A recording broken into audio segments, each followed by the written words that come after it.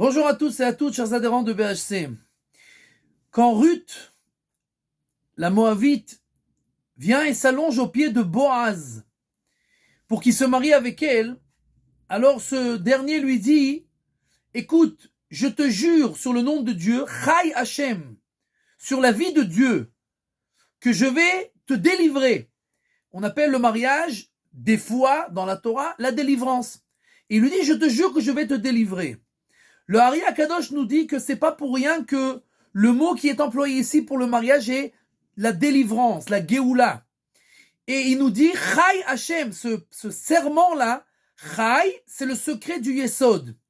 Et Hashem, c'est le secret du Tiferet. C'est les deux noms de deux sphères célestes. Et le Hari nous dit, sache que c'est un grand secret qui a trait à la Géoula qu'on ne peut pas écrire. Puisque bien entendu, la Géoula n'est pas encore arrivée, on n'a pas le droit de dévoiler la Géoula, donc on ne peut pas écrire, mais je te dis que c'est une allusion. Quand Boaz jure sur la délivrance, il dit Chai Hashem, Chai c'est le Yesod, et Hashem c'est le Tiferet.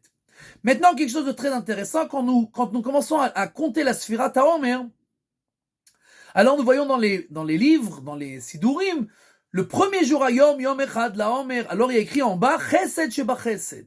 Le deuxième jour, chez Gvura Sheba Chesed, etc. Tous les jours, on passe les sphères célestes. Quand on arrive au He Be'iyar, alors on voit qu'il est écrit Yesod Sheba Tiferet. C'est-à-dire, Chai Hashem. Chai, c'est le secret du Yesod. Hashem, c'est le secret du Tiferet.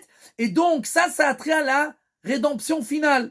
Et donc, nous voyons que le He Be'iyar, le 5 Iyar, le Hari Akadosh nous dit il y a 500 ans déjà, sache que ça a trait à la Géoula, à la délivrance. On ne peut pas encore l'écrire, bien entendu, mais c'est le début du processus de la délivrance. Et le Gaon de Vilna lui-même écrit de la même manière que c'est bien connu chez les kabbalistes que le 20e jour du Homer, c'est-à-dire le He Be'iyar, c'est le secret du Yesod Sheba Tiferet où les portes du ciel s'ouvrent pour commencer la délivrance. Comme ça, le Gaon de Vilna écrit il y a 300 ans et le Hari Akadosh écrit il y a 500 ans. Et donc, bien qu'il y a encore beaucoup à avancer, nous devons les Godot, les Hallel, les Shabeach, les Faer remercier et glorifier Akadosh Baruch Hu qui nous a donné le mérite d'être dans cette génération où le processus de la Géoula a déjà commencé et maintenant il ne nous reste plus qu'à prier pour que la rédemption finale avec la venue du Messie arrive le plus vite possible. Bimera, Beyamenu, Amen, Upsorot Tovot.